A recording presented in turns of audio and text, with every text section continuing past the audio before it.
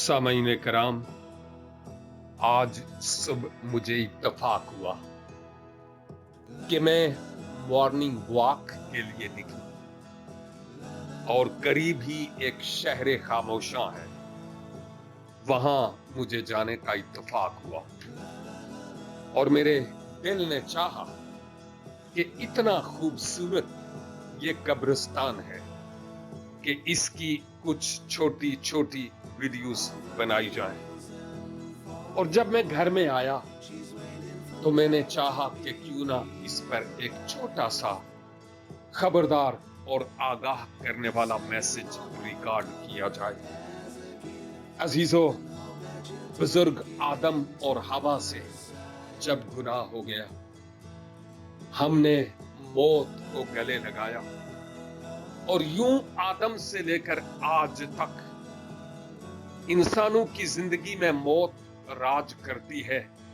लोग मरते चले जाते हैं क्योंकि खुदा ने बुजुर्ग आदम से भी कहा था, चूंकि तू खाक है इसलिए जरूर है कि फिर खाक में लौट जाए।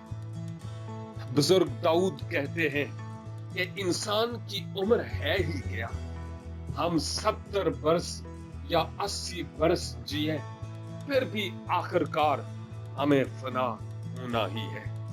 और फिर खुदावंद के मुकद्दस कलाम में हम बुजुर्ग सुलेमान को ये कहते हुए सुनते हैं कि अब सब कुछ सुनाया गया, हासिल कलाम ये है कि खुदा से डर और उसके हुक्मों को मान, क्योंकि इंसान का फर्ज कुली यही है। जब मैं अहद जदीद में जाता हूं तो मसीहा फरमाते हैं, इंसान सारी दुनिया को हासिल करे लेकिन अपनी जान का नुकसान उठाए तो क्या फायदा।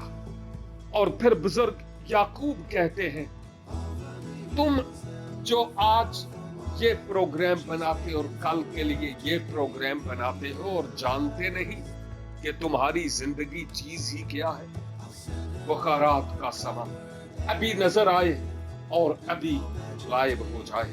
मेरे अजीज भाइयों और बहनों, ये लोग जो यहाँ पर शायद सैकड़ों साल पहले से पड़े हुए हैं, इनकी हड्डियों को भी कीड़े चाट कर खा गई। जब इस दुनिया में थे शायद बहुत दौलतमंद और मालदार लोग थे, लेकिन इनमें से कोई भी चीज इनके साथ नहीं गई है। अगर गया होगा तो इनका ईमान, और वो भी अगर खुदाबंद यीशु मसीह पर हुआ होगा। मैं आपसे आज दरखास्त करता हूं, मैं और आप आज जितना ही जी लें, एक दिन हमारी जिंदगी का चिराग गुल होना ही है। इसलिए आए आज ही अपने गुनाहों का इकरार करते हुए खुदाबंद यीशु मसीह को कबूल करें, क्योंकि वही वो वाहिद दरवाजा और वही वो वाहिद रास्ता है जिनसे गुजरकर हम कुर्बे इलाही को, फिरदौसे बरी को हासिल कर सकते हैं। इसके अलावा कोई और रास्ता नहीं है, ताकि जब हम इस दुनिया से जाएं तो खुदाबंद के अब्दी आराम में दाखिल। God bless you all.